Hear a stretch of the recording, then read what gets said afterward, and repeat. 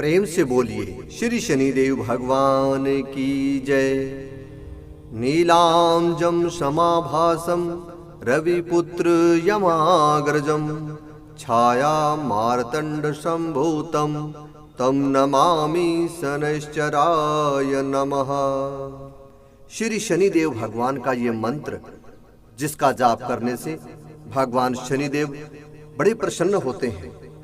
तो लीजिए दर्शकों, आज हम आपके लिए शनिदेव भगवान की कथा लेकर आए हैं। यह पावन कथा उपवास करने वाले ही नहीं सुनते, बल्कि शनिवार के दिन हर व्यक्ति जो पूजा पाठ करके अपने दिन की शुरुआत करते हैं उन्हें जरूर सुननी चाहिए। यह कथा आप उपवास करें या ना करें, लेकिन जरूर सुनें, क्योंकि यह कथा हमने शनि पुराण से ली है, जो एक संपूर्ण कथा है। इसलिए कथा लंबी भी है, मगर सुनने पर आप अपने आप को सुखी अनुभव करेंगे। जी हाँ दर्शकों, शनिदेव जी के बारे में विस्तृत जानकारी हमने आपके लिए अलग से वीडियो में बनाई है। उनकी पूजा, साधना, नियम और उनके बनाए हुए नियमों का पालन कैसे करें, वह सब कुछ उस वीडियो में हमने आपके लिए बनाया है। और यह वीडियो जो शनि पुराण की कथा है, कथा लंबी है, इसलिए केवल उन लोगों के लिए जिन्होंने आज उपवास व्रत किया है और शनिदेव भगवान की पूजा में बैठे हुए इंतजार पे हैं। चलिए आइए शुरू करते हैं यह पावन और पवित्र कथा। राजा विक्रमादित्य और शनिदेव के बीच में किस प्रकार से शनिदेव भगवान ने उनके अहंकार को तोड़कर उन्हें सजा भी दी और उन्हें आशीर्वाद के रूप में फल भी दिया। तो शुरू करते हैं शनिदेव भगवान की पावन और पवित्र कथा। बोलिए शनिदेव भगवान की कीजिए। राजा विक्रमादित्य की पौराणिक कथा।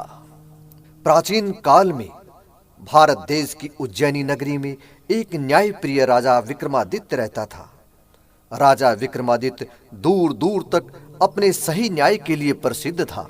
उसमें इतनी अधिक सिद्धियां हासिल की थी, वह जो चाहता वह पा लेता था। एक बार राजा विक्रमादित्य को स्वर्ग दर्शन की प्रबल इच्छा हुई, तो राजा ने इंद्र देवता को प्रसन्न किया। इंद्र की तपस्या और उनकी कृपा से उसे स्वर्ग के दर्शन का सौभाग्य मिला। इंद्र से राजा की मित्रता तक हो गई। राजा के पास व्रत उपवास की आध्यात्मिक शक्ति को देखकर देवराज इंद्र ने उन्हें अपने सिंहासन पर बैठाया और उनका गौरव बढ़ाते हुए एक दीपक राग भी राजा को सिखाया और कहा, राजा, यह दीपक राग बड़ा ही अद्भुत है। तुम स्वर प्रेमी, गीतकार एवं गायककार हो, इसलिए मैं तुम्हें यह राग सिखा रहा हूँ। इस राग की आन है कि तुम जब जब भी इसे अत्यधिक भाव विभोर होकर गाने लगोगे, तब तब दीपक बिना तेल बाते के अपने आप जल उठेंगे। इंद्रदेव ने पूर्ण मान सम्मान के साथ राजा विक्रमादित्य की विदाई धरती के लिए की। राजा विक्रमादित्य को उज्जैन आने के बाद अपने आप में गर्व हो आया। वह सोचने लगा कि मैं आज इस युग में पूरे विश्व में सर्वश्रेष्ठ विद्वान, सर्वश्रेष्ठ भक्त एवं लोकप्रिय राजा हूँ। मेरी बराबरी कोई भी नहीं कर सकता। पृथ्वी पर मैं एक ऐसा अकेला सौभाग्यशाली राजा हूँ जिसने जीते जी अपने जीवन में स्वर्ग के दर्शन। राजा को अपने ऊपर गर्व के साथ साथ एक बात और सूझी कि मैं नवग्रहों की शक्तियों को सिद्ध कर लूं और उन्हें अपने वश में कर लूं, क्योंकि नवग्रहों के द्वारा ही मानव व प्राणी मात्र संचालित हो रहे हैं। यदि वही मेरे वश में हो जाए तो फिर क्या कहना, मैं जीवन में अमृतत्व को पा सकूंगा। मेरी बराबरी करने वाला, मुझसे टक्कर लेने वाला कोई दूसरा विद्वान नहीं हो सकेगा। फिर राजा ने सोचा कि नवग्रहों में यदि सबसे अधिक शक्तिशाली को अपने वश में कर लिया जाए, वे तो अपने आप ही अनुकूल हो जाएंगे। इसलिए सबसे सरल मार्ग तो यही रहेगा कि नवग्रहों में जो भी सर्वशक्तिमान है उन्हें अपने अधीन किया जाए। ऐसा अहंकार राजा विक्रमादित्य को हो आया। राजा के मन में जैसे ही नवग्रहों में सबसे शक्तिशाली ग्रह को सिद्ध करने की बात आई, तो उसने सबसे शक्तिमान ग्रह की पहचान करने के लिए नगर में घोषणा करवा दी और लोगों से कहा कल सभी पंडित व विद्वान जन मेरे राजमहल में पधारें और मुझे अपने अपने मतानुसार यह बताएं कि नवग्रहों में सर्वश्रेष्ठ शक्तिमान कौन सा ग्रह है। राजा की आज्ञा से दूसरे ही दिन सारे पंडित ज्ञानी ध्यानी राजमहल में पहुंच गए और अपने अपने मत बारी बारी से राजा के आगे प्रस्तुत करने लगे। सभी ने, किसी ने बुध, किसी ने मंगल, तो किसी ने सूर्य देवता को सर्वश्रेष्ठ बतलाया, किसी ने बृहस्पति, किसी ने राहु, तो किसी ने शनि को अपने आप में अधिक शक्तिशाली बताया। इसी प्रकार सभी विद्वान अपना अपना मत देने लगे। तभी नौवां पुरोहित आकर कहने लगा, हे राजन, अब आप ध्यान लगाकर मेरी बात सुने। सभी 9 ग्रहों में केवल शनि देव ही सर्वश्रेष्ठ एवं शक्तिमान है। शनि देव से सभी भय खाते हैं।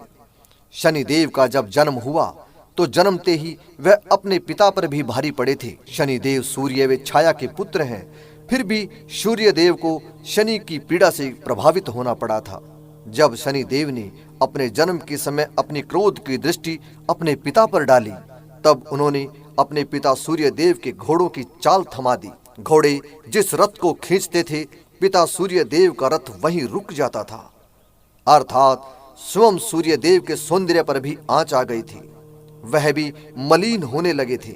इसलिए सूर्य देव जैसा कोई नहीं, बल्कि उनसे भी शक्तिशाली और बलशाली शनि देव को मानना चाहिए। शनि देव तो अपने गुरु भगवान शिव पर भी भारी पड़े थे। कहते हैं कि भगवान शिव जी को शनि देव की कुदृष्टि के भय से बचने के लिए कैलाश पर्वत छोड़ना पड़ा था। अतः आप तो केवल शनि देव को ही मानिए। उस पुरोहित की बात सुनकर शनि देव के लिए इस प्रकार से राजा विक्रमादित्य क्रोधित हो आए और सिंहासन से उठे। बोले कि मैं ऐसे शनि को नहीं मानता जिसने अपने जन्मदाता को भी नहीं छोड़ा, जिसने अपने गुरुदेव तक को पीड़ा दी और जिनका भय बेवजह लोगों को परेशान करता है। मैं शनि देव को मानने के लिए तैयार नहीं हूं। तब पुरोहित ने नम्र विनती से कहने लगे, हे राजन, शनि देव जी इस युग में न्यायाधीश होने के नाते जो भी अच्छा बुरा दंड देते हैं उसे उपहार समझकर स्वीकार कर लेना चाहिए। वे मानव के कर्मों के आधार पर ही उन्हें फल देते हैं और जो भी करते हैं भगवान शिव की इच्छा से करते हैं। इसमें शिव जी की मर्जी होती है, क्योंकि वे भगवान शिव के ही गण हैं। उनकी आज्ञा पालन करना शनि देव का धर्म कर्तव्य है। शनि देव भगवान जो भी करते हैं वह कुछ पल के लिए जरूर अहंकारी के लिए बुरा लगता है, मगर जब व्यक्ति का अहंकार वे चूर चूर करके एक नया जीवन देते हैं तो वह निखर कर महामानव बन जाता है। शनि देव की आध्यात्म के स्वामी है। जब अच्छे समय में व्यक्ति भगवान को भूल जाता है तो शनि देव कुछ ऐसा खेल खेलते हैं कि वे नास्तिक को भी आस्तिक बना देते हैं। राजा विक्रमादित्य कहने लगे, मैं तुम्हारी बातों से संतुष्ट नहीं हूँ, शनि देव को मानने के लिए तैयार नहीं हूँ। अभी सभा भंग कर दीजिए। जैसे ही विक्रमादित्य सभा भंग करके जाने लगे, वैसे ही पुरोहितों ने रोका। हम पुरोहितों का अपमान है, आपको बीच में सभा भंग नहीं करनी चाहिए। मगर विक्रमादित्य सभा से अपने रंग महल में आ गए। तभी वहां से हंसों के रथ पर सवार शनिदेव, जो विक्रमादित्य की रची हुई सभा के पास ही भ्रमण कर रहे थे, वे राजा विक्रमादित्य के सामने प्रकट हो गए और बोले, राजा, तूने आज बड़ा ही अपमान किया है। तू मुझे नहीं जानता और ना ही मुझे तू मानता है, जबकि तू आज जो भी कुछ भी है सब मेरी कृपा से है। आज जिस स्वर्ण सिंहासन पर तुम बैठे हो वह मेरा ही दिया हुआ है। आज जो न्याय की गद्दी संभाल रहा है वह मेरी ही गद्दी पर बैठा है, मेरा ही कार्य कर रहा है। तू आध्यात्मिक शिखर पर है, मैं तुम्हें आध्यात्मिक अधिपति हूँ। दर्शकों, भारत की 70% पुरानी कथाओं में उपरोक्त कथा का एक जिक्र मिलता है कि राजा विक्रमादित्य के सभा के बीच में शनिदेव को मानने से इनकार कर दिया, लेकिन उन्हें शनिदेव का कष्ट भोगना पड़ा। मगर 30% पौराणिक प्रसंगों में अलग से एक कहानी का जिक्र आता है, जिसमें यह प्रमाणित किया गया है कि शनिदेव को राजा ने अपने रंग महल में सही स्थान नहीं दिया, उन्हें सबसे छोटा बताया। तो शनिदेव ने क्रोध में आकर यह कहा कि मेरा समय जब आएगा मैं आपको बताऊंगा कि छोटा कौन है और बड़ा कौन। यह प्रसंग इस प्रकार से है। आइए प्रारंभ करते हैं शनि की लीला। एक बार 9 ग्रह आपस में कुछ बहस हो गई। वे आपस में विचार करने लगे कि हमसे बड़ा कौन है, कौन सर्वशक्तिमान है और कौन कम शक्तिमान है। सभी आपस में स्वयं को अपने आप में श्रेष्ठ मानते थे। तभी सभी ने मिलकर यह फैसला किया, क्यों न राजा इंद्र के पास चला जाए, वही बताएंगे कि हम में सर्वश्रेष्ठ सर्वशक्तिमान कौन है। राजा इंद्र के समक्ष पहुंचने के बाद वह भी उनका फैसला नहीं कर सके और उन्होंने कहा, मेरे सामर्थ्य से यह बाहर की बात है, मैं न्यायाधीश जरूर हूँ, मगर मुझसे भी अधिक श्रेष्ठ एवं न्यायाधीश भारत की उज्जैनी नगरी में है और जिसका नाम है राजा विक्रमादित्य। सभी नवग्रह राजा विक्रमादित्य के दरबार में प्रकट हो गए और बोले, हे राजन, हम नवग्रहों को आपस में एक विषय पर फैसला चाहिए। आप यह बताएं कि हम में कौन अधिक बड़ा है और कौन छोटा। राजा को अपने न्याय कार्य पर बड़ा ही अभिमान था। उसने अभिमान को खत्म करने के लिए नवग्रहों से यह प्रश्न व उनका न्याय जानने हेतु राजा के सामने रखा। राजा ने अपने आप को अभी सर्वश्रेष्ठ न्यायाधीश मानते थे। सोचने लगा, दुनिया का कोई भी व्यक्ति न्याय करने में मेरी बराबरी नहीं कर सकता, मगर आज यह प्रश्न सामने आया तो परेशानी में पड़ गया। फिर भी उसे फैसला देना ही था, इसलिए उसने कहा, ठीक है, मैं आपको फैसला अवश्य दूंगा। उसने सभी धातुओं के एक एक सिंहासन बनाने के लिए आदेश दिया। सोना, चांदी, तांबा, लोहा, कांसा, कांच, पंच धातु आदि से अलग अलग 9 सिंहासन बनवाए गए।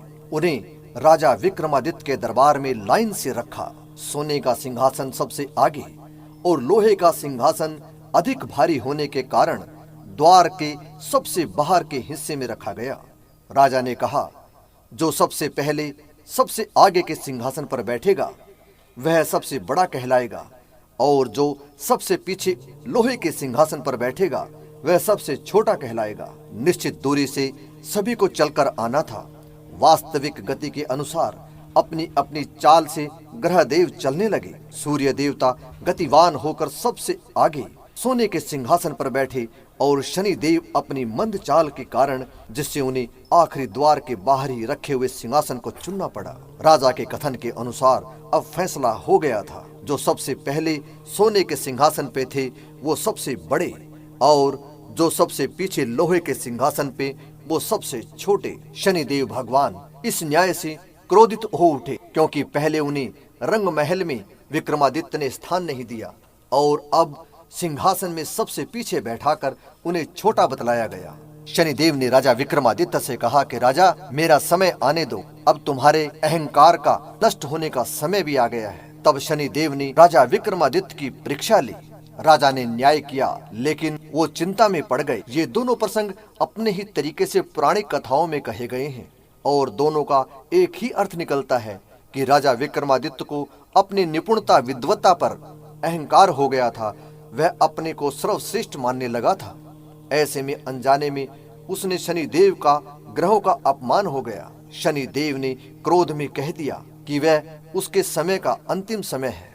शनिदेव ने क्रोध में विक्रमादित्य से कहा कि मैं तुम्हें इसका दंड अवश्य दूंगा, क्योंकि कहते हैं समय से पहले और भाग्य से अधिक किसी को कुछ नहीं मिलता। शनिदेव भगवान जब आते हैं तभी अच्छे कर्मों का अच्छा भाग्य फल और बुरे कर्मों का बुरा फल मिलता है। और फिर भगवान शिव ने जब शनिदेव को दृष्टि के तेज का वरदान दिया था तब भी यह कहा था, शनि, तुम जब तक किसी को कोई भी दंड या उपहार नहीं दे सकते जब तक कि उसके जीवन में तुम्हारा समय प्रवेश न करे, ताकि समय असमय शनिदेव अपनी दृष्टि का प्रभाव किसी पर भी नहीं डाल सके, क्योंकि वे शनिदेव के प्रकोप से वाकिफ थे। इधर राजा कुछ दिनों में शनि वाली घटना भूल गए। अब शनि की साढ़े सती राजा विक्रमादित्य के जीवन में प्रवेश करती है। जब शनि की साढ़े सती आती है तो राजा को लगी तो शनि के एक काले घोड़े के रूप में राजा को सबक सिखाने के लिए चल देते हैं। शनिदेव जानते थे कि विक्रमादित्य को घोड़ों से बड़ा लगाव है। विक्रमादित्य घोड़े रखने व घुड़सवारी करने का बड़ा ही शौकीन था। उसने अस्तबल में एक उत्तम किस्म के तेज दौड़ने वाले घोड़े थे जो खूबसूरती से एक से बढ़कर एक थे। शनिदेव ने एक सौदागर का रूप लिया और घोड़ों को लेकर विक्रम के दरबार में पहुंच गए। राजा विक्रम के राज दरबार में सौदागर ने दरबारी से कहा कि अपने राजा से जाकर कहो कि मैं हवा से बातें करने वाला घोड़ा आपके लिए लेकर आया हूँ। जब घोड़े की खूबसूरती के चर्चे राजा ने सुने तो राजा घोड़े को देखने आया। घोड़े की चाल सौदागर ने दिखाई तो राजा उस घोड़े पर मुग्ध हो गया। उसने घोड़े का सौदा कर लिया और घोड़े को अस्तबल में रखा। घोड़े को बांधने के बाद राजा को रात भर नींद नहीं आई। सोचता रहा कि कब सुबह होगी और कब वह उसकी घुड़सवारी का आनंद लेगा। ब्रह्म मुहूर्त में राजा एकदम सादे वेश में सभी आभूषण उतारकर सामान्य नागरिक की भांति अस्तबल में गया और घुड़सवारी के समय पहचान न ले घोड़े को खोला, उसको चाबुक चलाई और घोड़े को दौड़ा दिया। घोड़ा दौड़ता हुआ प्रातः से दोपहर हो गई, शाम हो गई, घोड़े ने रुकने का नाम ही नहीं लिया। इस दिशा से उस दिशा तक दौड़ते दौड़ते राजा परेशानी में हो गया। राजा विक्रमादित्य बहुत दूर निकल गया। उसे आभास भी नहीं रहा कि वह कितनी दूर आ गया है। जब घोड़ा रुका तो राजा अपने इष्ट देवताओं को याद करने लगा। सोचने लगा, अब मैं जहां भी हूं मुझे नीचे जमीन तक पहुंचना चाहिए, क्योंकि भूख और प्यास से राजा बेहाल हो चुका था। राजा ने घोड़े से उतरने की चेष्टा की तो हवा से बातें करने वाला घोड़ा अब विक्रमादित्य की देव प्रार्थना से नीचे उतर गया। राजा ने घोड़े को एक पीपल के पेड़ के नीचे बांध दिया और स्वयं पानी पीने के लिए कुछ खाने की तलाश में निकलने लगा। काफी दूर जाने के बाद एक नदी दिखाई दी। नदी के पास गया तो नदी में जैसे ही जल में हाथ डाला, नदी का जल आगे की ओर खिसक गया। राजा परेशान हो गया। सोचने लगा, कहीं यह मायावी जल तो नहीं है। राजा थक गया मगर पानी हाथ में नहीं आया। आज भी शनि मंडल क्षेत्र में जंगल की वह नदी उतने हिस्से के तट पर सूखी है जितने हिस्से में राजा ने कदम रखे थे और उसने पानी पीना चाहा था। राजा का घोड़ा जहां जिस जंगल में उतरा था वह जंगल महाराष्ट्र राज्य के नंदुरबार जिले के अंतर्गत आने वाले ग्राम शनि मंडल का क्षेत्र है। शनि देव का घोड़े के रूप में यहाँ उतरे और शनि देव यहाँ तेली का रूप बनाकर विक्रमादित्य को सबक सिखाने के लिए आए थे। इसलिए इस क्षेत्र का नाम शनि मंडल पड़ गया।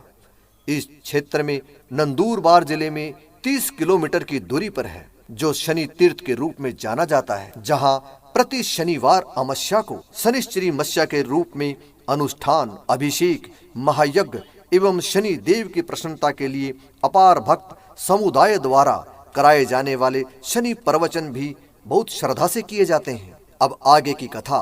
राजा अब दूसरी जगह खाने पीने की तलाश करने लगा। राजा ने देखा कि एक झोपड़ी दिखाई दे रही है और वह दौड़कर उस झोपड़ी के पास गया और बोला, मुसाफिर हूँ, कुछ दूध पानी मिलेगा? उस झोपड़ी में एक ग्वाला था। वह बोला, मुसाफिर, दूध भी मिलेगा और पानी भी मिलेगा, परंतु बिन मोल के कुछ नहीं मिलेगा। यदि आपको कुछ चाहिए तो कुछ मूल्य देना होगा। राजा के पास मूल्य चुकाने के लिए कुछ नहीं था, केवल एक अंगूठी थी जो दाहिने हाथ की मध्यमा उंगली में पहन रखी थी। राजा ने वह नीलम की अंगूठी उतारकर उस ग्वाले को दी और दूध व जल भर पेट पिया।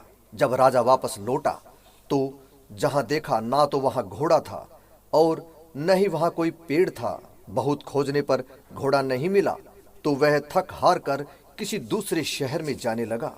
लेकिन सोच रहा था, यह मुझे कौन जानता है और किसको बताऊंगा?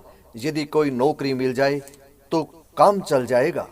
राजा परेशान सा किसी नजदीक के गांव की तलाश में चल पड़ा। काफी लंबी यात्रा के दौरान एक गांव नजर आया। राजा ने उस गांव में बैठने का ठिकाना खोजा।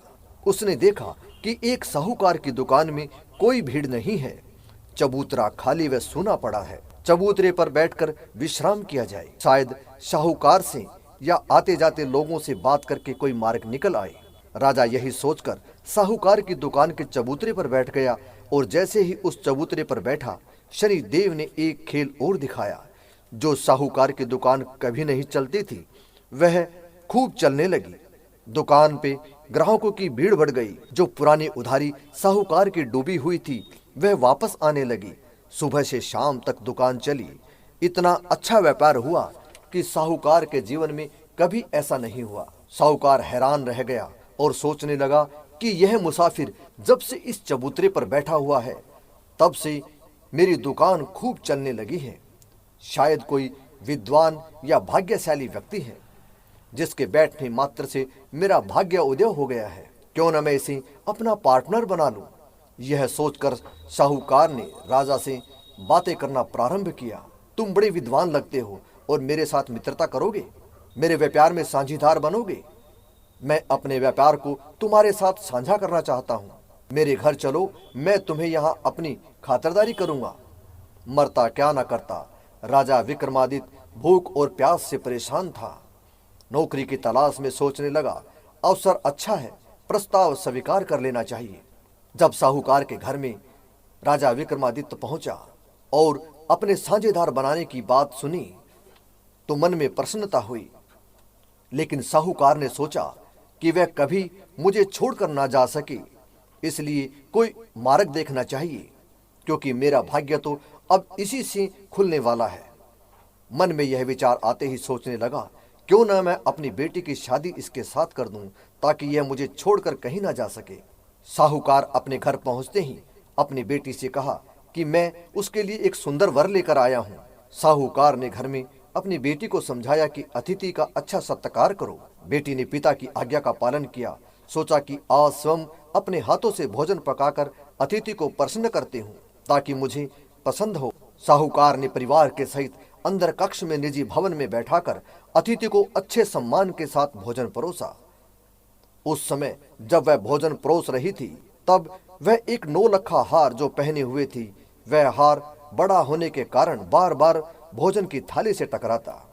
उसने सोचा, अतिथि क्या सोचेंगी, भोजन परोसने की सभ्यता नहीं है। कुछ देर के लिए साहूकारनी ने वह हार उतारकर खूंटी पर टांग दिया। खूंटी ऐसी थी कि चारों ओर से मयूर का चित्र बना हुआ था।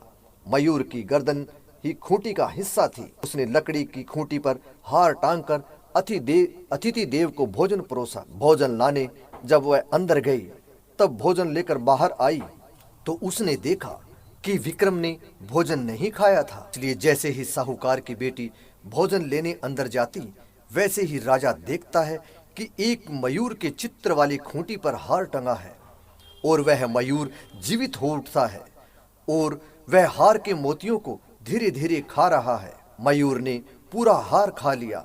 जब साहूकार की बेटी आई तो राजा ने साहूकार की बेटी को बताया कि अभी अभी एक मयूर वहां जीवित था और वह मयूर चित्र में जीवित हुआ था। खूंटी पर जो तुम्हारा हार टंगा था वह मयूर ने खा लिया। मैं यह देखकर परेशान रह गया, इसलिए भोजन प्रारंभ ही नहीं कर सका। साहूकार की बेटी ने कहा, वहां तो कोई जीवित मयूर है ही नहीं, मगर मेरा हार जरूर गायब है। तुम भी क्या बात करते हो मुसाफिर, कोई दीवार पर बना हुआ चित्र जीवित हो सकता है क्या? कभी हार खा सकता है? अरे तुम्हें पैसा ही चाहिए था तो मांग लिया होता, चोरी करने की क्या जरूरत थी? राजा ने कहा, मगर मैंने तो चोरी नहीं की, मैं एक चोर नहीं हूं। अभी अभी मैंने स्वयं ही अपनी आंखों से देखा है कि मयूर जीवित हुआ और उसने हार खाया है। राजा की बात साहूकार की बेटी मानने को तैयार नहीं थी और उसने चोर चोर कहकर कोहराम मचा दिया। उसके चीखने की आवाज सुनकर साहूकार दौड़े आए। अपने सेवकों के साथ राजा को बंदी बनाकर उस क्षेत्र के बादशाह राजा चंद्रसेन के पास लेकर गए। उस समय वहां का राजा चंद्रसेन हुआ करता था। आज के समय में राजा चंद्रसेन की नगरी का नाम चांदवाड़ है। यह चांदवाड़ जगह मनवाड़ नासिक रोड पर महाराष्ट्र स्टेट में आती है। यहाँ चांदवाड़ में घोड़े के चाप के निशान भी एक स्थान पर है। लोगों की ऐसी धारणा है कि राजा विक्रमादित्य का घोड़ा यहाँ रुका था और राजा ने यहाँ तेली का धान लगाया था। जहाँ घोड़े के पैर के निशान है, वहां पर एक शनि मंदिर भी है जो काफी प्राचीन है। चांदवाड़ क्षेत्र में जब शनि भगवान का प्रवचन हुआ तो वहां देखा गया कि यहाँ की जनता शनि देव के प्रति दीवानगी की हद तक श्रद्धावान है और उनकी अनन्य भक्त है। अब राजा को वहां के राजा चंद्रसेन के दरबार में लाया गया। साहूकार ने कहा, इसने मेरे घर में मेरी बेटी के 9 लखे हार की चोरी की है, मुझे न्याय चाहिए। तब राजा चंद्रसेन ने राजा से कहा, जिन हाथों से इसने चोरी की है वह हाथों को काट दिया जाए और जिन पैरों से चलकर आपके घर तक चोरी करने के उद्देश्य से पहुंचा, उन पैरों को भी काट दिया जाए। राजा के हाथ पैर काट दिए गए। राजा को चौरंगा बना दिया गया। राजा बार बार अपनी दुहाई देता रहा कि मैंने चोरी नहीं की, मैं चोर नहीं हूं, मगर किसी ने भी राजा की एक न सुनी। राजा को दूर वीरान जगह में एक ऐसी हालत में तड़फने के लिए छोड़ दिया गया अब राजा विक्रमादित्य सोचते हैं, मैंने ऐसा कौन सा पाप किया था जिसके कारण मेरी यह दशा हो गई। जरूर मुझसे कोई बड़ा महापाप हुआ है जिसके कारण मुझे इतना कष्ट भोगना पड़ रहा है, मगर समझ में नहीं आता कि वह महापाप क्या है। कोई भी पूजा उपासना मेरी काम क्यों नहीं आती। विक्रमादित्य सोचते हैं, हे प्रभु, मुझे मेरे अपराधों के लिए क्षमा करें। तभी राजा को ध्यान आया कि एक बार अनजाने में नवग्रहों का अपमान किया था। शनिदेव जी का अपमान एक बार उससे अधिक हो गया। न जाने शनिदेव जी की यह कोई लीला है जिससे राजा रंक बन गया। शनिदेव को अब याद करना प्रारंभ किया और बार बार शनिदेव जी को पुकारा, हे शनिदेव, मुझे क्षमा करें, मुझसे बड़ी भूल हो गई, मैं आपका मान नहीं दे पाया, मुझे क्षमा कर दो मेरे प्रभु। मेरे पास जो भी ज्ञान बुद्धि सब कुछ आपकी है, मैं आपकी आराधना करता हूँ, आपकी भक्ति में पूरी जिंदगी लगा दूंगा। हे शनिदेव, मुझे केवल एक बार सुधरने का अवसर दीजिए। मैं अपने आप को सर्वश्रेष्ठ समझने लगा था, मुझ में अहंकार आ गया था, परंतु हे शनिदेव, आज मेरा अहंकार चूर चूर हो गया है। अब मैं निर्मल हृदय बन गया हूँ, कृपया मुझे क्षमा करें। शनिदेव को राजा की प्रायश्चित प्रार्थना सुनकर दया आ गई और शनिदेव ने राजा की मदद करने की दृष्टि से एक तेली का रूप बनाकर राजा के सामने प्रकट हुआ। राजा से बोले, मैं तेली हूँ, बोलो मेरे यहाँ नौकरी करोगे। राजा कहने लगा, मैं नौकरी कैसे कर सकता हूँ, मेरे हाथ भी नहीं है और पाँव भी नहीं है, मैं तो अपना खुद का कार्य भी नहीं कर सकता, भोजन करने के लायक भी नहीं हूँ, नौकरी कैसे करूँगा। तेली रूप में शनिदेव बोले, मुझे तुम्हारे हाथ पैरों से क्या लेना देना, मुझे तो तुम्हारी आवाज से मतलब है। तुम्हारे हाथ पैर नहीं तो क्या, इतनी खूबसूरत आवाज तो है, मुझे तो इस आवाज से ही काम है। मैं ठहरा तेली और तेल पेलना, तेल का कोल्हू चलाना ही हमारा काम है। मुझे तेल का कोल्हू चलाने के लिए तुम्हारी जरूरत है। तेल के कोल्हू के बैल चलाने के लिए तुम कोल्हू के पास बैठकर गाना गाओगे और बैल सोचेंगे कि तुम्हें हाँक रहे हैं। बैल चलते रहेंगे, तेल निकलता रहेगा। जब तुम्हारा गीत बंद हो जाएगा, बैल रुक जाएंगे, विश्राम कर लेंगे, बस यही नौकरी है तुम्हारी। राजा सोचने लगा, हे शनिदेव, तुम्हारी लीला भी बड़ी अद्भुत है। मैंने जिस वाणी से आपका अपमान किया, आपने वह वाणी मुझसे नहीं छीनी। आप चाहते तो मेरे हाथ पैर तोड़े गए, वैसे मुझे गूंगा बहरा भी बना सकते थे, मगर आप तो बड़े दयालु हैं, आपने ऐसा नहीं किया। आपने मुझ पर बड़ी कृपा की है। मुझे एक मौका दो शनिदेव, मेरी भूल का प्रायश्चित करने का। मैं अब अपनी वाणी को भी आपकी सेवा में समर्पित कर दूंगा। तभी शनिदेव बोले, क्या सोच रहे हो, बोलो नौकरी करोगे। मैं तुम्हें तेली के कोल्हू के पास बैठा दूंगा और तुम्हारे लिए 2 सेवक रख देता हूँ। एक सेवक तुम्हारी व्यक्तिगत सेवा करेगा और दूसरा सेवक तुम्हारे मुख से निकली वाणी का ग्रंथ रूप में लिखकर तैयार करेगा। राजा ने सहमति में अपना सिर हिला दिया और कहने लगा, मुझे स्वीकार है। इतना कहने के पश्चात शनिदेव भगवान वहां से अंतर्ध्यान हो गए। अब प्रतिदिन राजा गीत गाता, बैल चलते, तेल निकलता और राजा के गीत बद्ध हो जाने के बाद तेल का कोल्हू बंद हो जाता। जिस स्थान पर राजा गीत गाता था, उस स्थान से अनेक गीतों की आवाज राजा चंद्रसेन के दरबार तक भी जाती थी। राजा चंद्रसेन की बेटी नित्य उस आवाज को और उन गीतों को बड़े ध्यान से सुनती थी।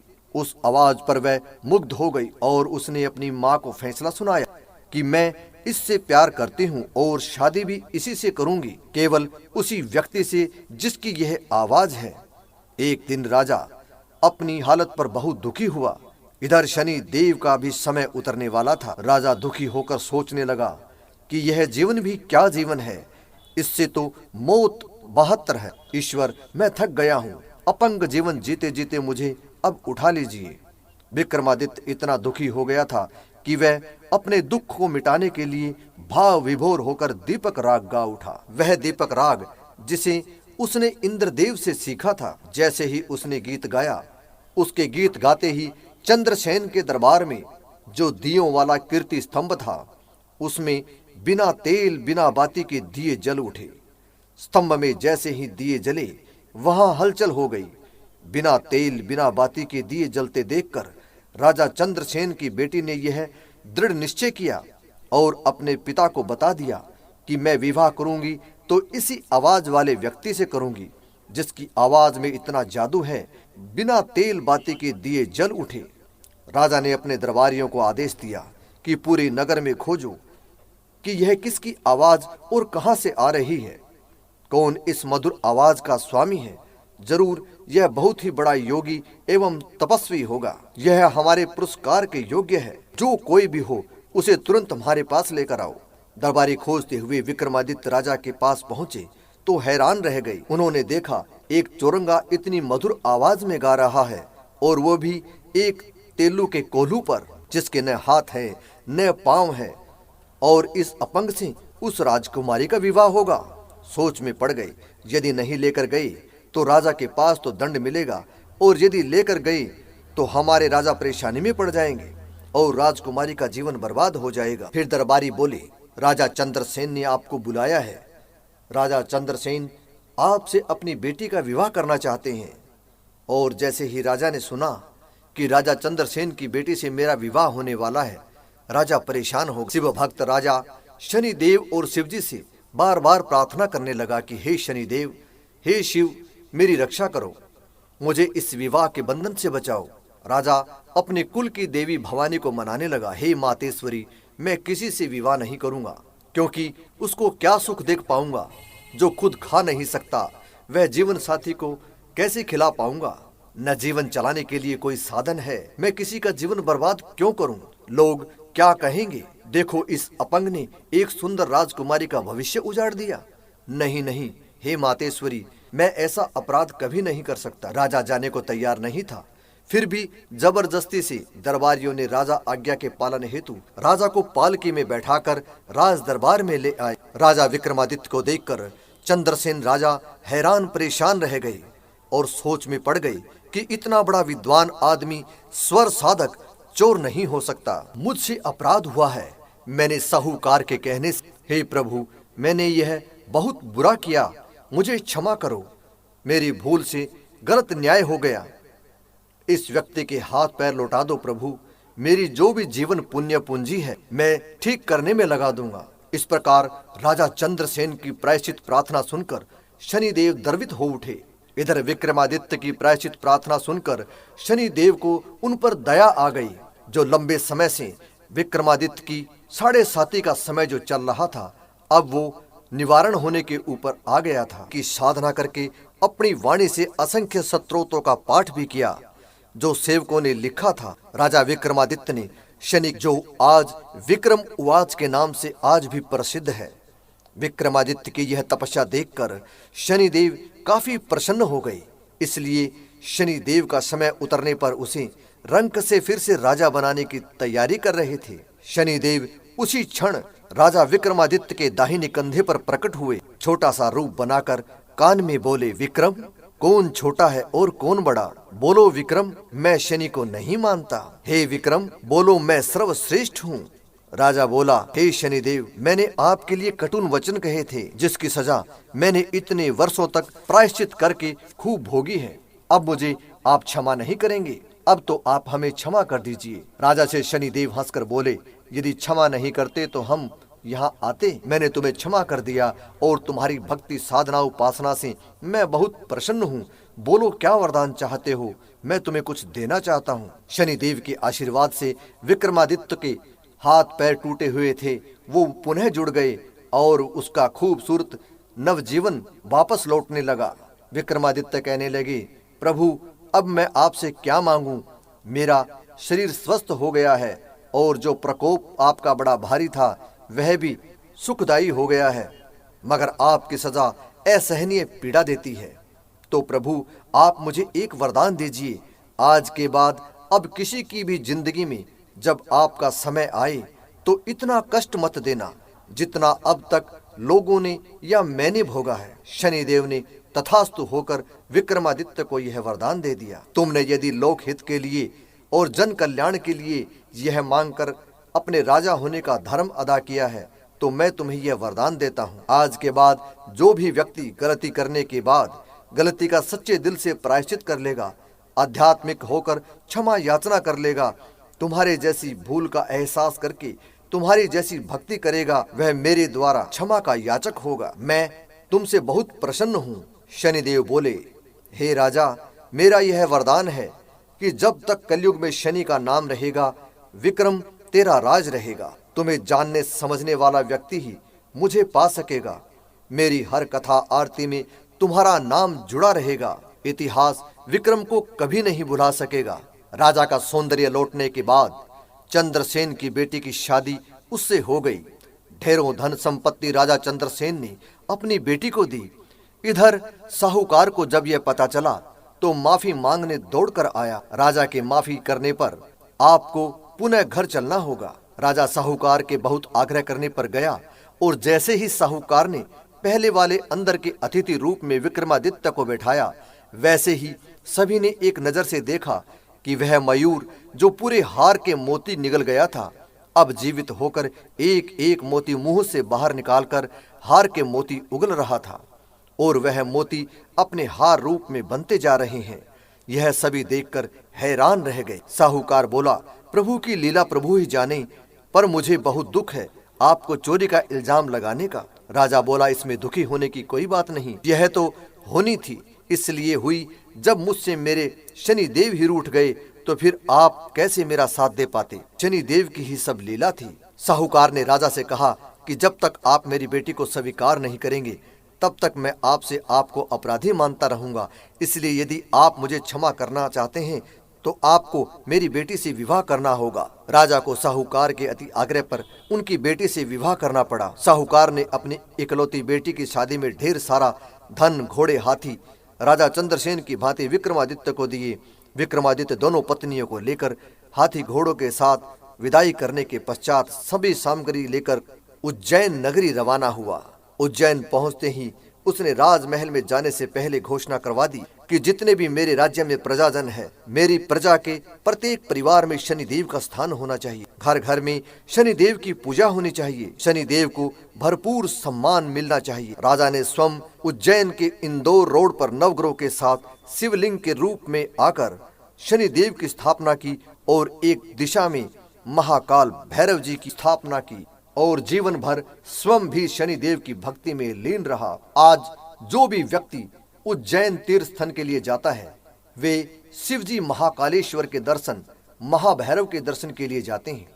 वे शिवजी के दर्शन करना नहीं भूलते। शनिदेव के 2.5 शनि शक्ति पीठों में एक पूरा पीठ उज्जैन नगरी मध्य प्रदेश के इस शनि मंदिर को माना गया है, जबकि दूसरा एक बीड़ जिले के राक्षस भुवन महाराष्ट्र को और तीसरा आधा पीठ महाराष्ट्र के नस्तनपुर शनि तीर्थ नासिक जिले के अंतर्गत जो नांदगांव में तहसील में है उसे माना जाता है। बोलिए शनिदेव भगवान की जय। इस प्रकार से विक्रमादित्य का संपूर्ण दुख नष्ट हुआ और शनिदेव महाराज उन पर कृपा